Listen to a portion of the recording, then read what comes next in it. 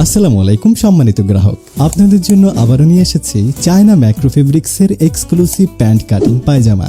এটি বর্তমানে খুবই জনপ্রিয় এবং কমফোর্টেবল একটি পায়জামা। এটিতে ব্যবহার করা হয়েছে হাই কোয়ালিটির ইলাস্টিক ইউনিক ডস্টিং, যা চমৎকার ক্যাপযুক্ত। পাশের দুই পকেটে ব্যবহার করা হয়েছে ইউনিক মেটাল জিপার, যা এটির লুককে করেছে আরো প্রিমিয়াম।